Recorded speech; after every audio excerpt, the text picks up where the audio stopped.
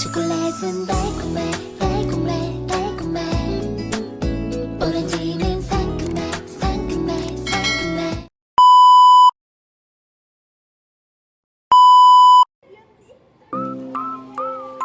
Hi everyone! So magpa-pouch trade tayo ng pouch ni Kate. So pinakauna ay ang Fairy Skin. This is very important to protect our skin from sunlight. Next is the Sales Lady Foundation. Lasting waterproof, napakaganda ng foundation na yan guys. And pinapakita pa yung Stylex na gel guys. That is very important for nursing students. So next guys is yan Salompas. Dapat may ganyan kayo guys para pag sumakit yung ulo nyo, tapal na lang agad. Ganun. Yan guys. Next is meron tayong Nivea na expired guys. Expired na yan. Ewan ko ba sa kanya. Linalagay pa sa pouch guys. So next guys is may Vicks din siya guys. Siguro masakit yung ulo nito. Meron din siya lip gloss. Ewan ko kung anong brand.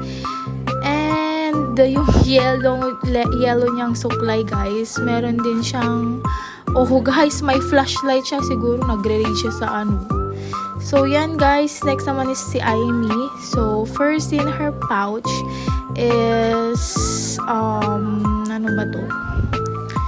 First is the Dr. Sensitive. Napakaganda ng powder na yan guys. Next is ano ba yan? Hairpin. Napaka-important yan sa nursing students guys. Next is Fit Me Foundation. Ewan ko anong shade niyan guys. Next, ano ba tong next? Eyebrow pencil para sa kanyang kilay. Ang pretty ng Amy nyo guys. So yan is the Vice Cosmetics for the blush on. And next, chika pa kami guys. Ano yan? Maybelline.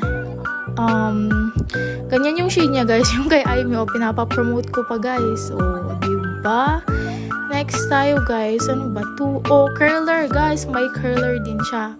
Kaya pala maganda yung eyes niya. Next is meron din tayong mascara. Syempre may curler tayo. Dapat may mascara from Nichido daw. Next, meron tayong salamin Paganini yan guys. Ang ganda niyan. Meron yan sa Save More. Ganun. So, yun lang yung laman ng pouch na Amy guys. Next is kay Camille guys. Pa-smell pa yan. Meron din siyang Maybelline like Amy Chestnut on Spot yung guys. Shade. Diba? Pre-na-mode. And next, meron din siyang Dr. Sensitive. Sabi ko na, napakaganda ng powder na yan guys. Next, we have dental floss na walang laman guys. Pinupunta pa sa pouch, walang laman. From Watsons daw. Next, finocus pa, walang laman. Next, meron din siyang ano ba to? Ewan ko, essential din yan para sa sakit ng ulo. Next is meron siyang mascara. Wow! And then next, patawa-tawa tong si Camille. Yan yung mirror niya guys. Tignan nyo, yung design wala na. Tapos sabi niya, kabibili lang daw niya Wow, pinakita pa. Next guys, meron siyang concealer na malapit nang maubos guys. Mahal daw kasi guys, kaya kinukunti-kunti yan. Meron siyang pin, very important.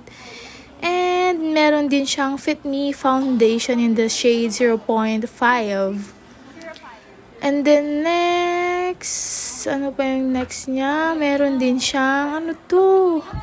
Eyebrow gel ba yan? Hindi ko alam yan guys. And then, yun lang yung mga essentials ni Camille.